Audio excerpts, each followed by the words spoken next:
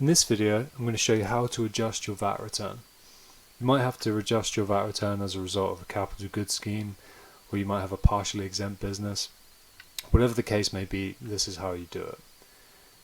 So you can see I've run a VAT return for the quarter ending 30th of April 18. Now let's suppose I want to put an adjustment through which will reduce my box 4, so effectively increasing the amount that I'm going to pay on this VAT return. And I want a corresponding increase in box 7 to reflect a greater net cost. So firstly, I'm going to go back to transactions. I'm going to add 2 lines. The first is going to be a JDR, which is journal debit, and the second is a journal credit.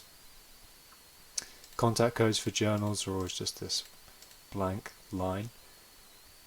The reference, let's put VAT adjustment April 18. I'm just going to copy that down. For the date, we need a date which is within the VAT return period, so April is a suitable date. For the GL code for this for the JDR, this is the expense side, so I'm going to choose a code which is my irrecoverable VAT code. I don't know that off the top of my head, so I'm going to use Tabular tool while in this cell. I'm going to try and search for it. And I've put irrecov. Let's search for that, and it's found it there. It's number 350, and you can see that at the top here, that is the correct code. So I'm happy with that. For the description,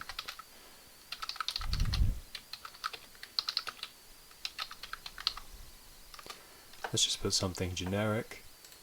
Let's just say this is £5. So the other side of this is going to be my VAT control account. So it's a JCR, which means I'm going to end up paying more to HMRC, so this is going to be a credit to my control account. Again, I don't know the code for my VAT control account, so I'm going to use Tabular tool.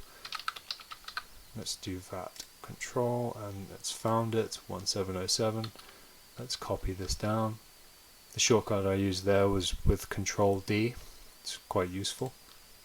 I'm going to leave the analysis column blank. Again, I'm going to Control D to bring the £5 down.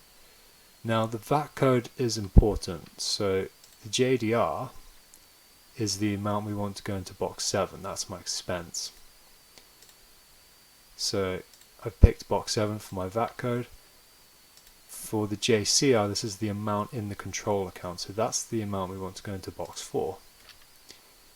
The VAT is really, it's just going to be 0 here. It has to be as a result of this really represents the VAT. So let's lock this. It's just telling me that the transaction date is outside of my current month, because you can see my current month here is set as June. That's fine, and this is normally going to happen because you might be producing your VAT returns and putting through adjustments retrospectively. So let's just say yes, that's fine. And let's do the same here. Again, the same reminder. So you can see here I've got a little hand symbol which is showing me that this is nearly good to go.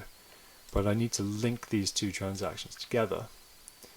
And you can see here I've used Tabular tool to put L's in them, and I've got a 0 up here.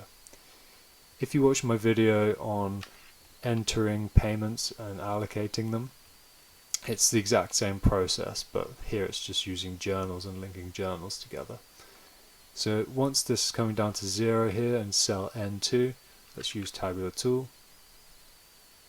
And you can see this has received a link ID and has now been locked. So let's go back to our VAT return. Let's refresh. And you can see here I have an adjustment which is reducing my box 4. And down here it has increased the amount I've got in box 7. So overall, we have increased the amount we're going to be paying to HMRC as a result of our VAT adjustment. And that's it. Thank you very much for watching.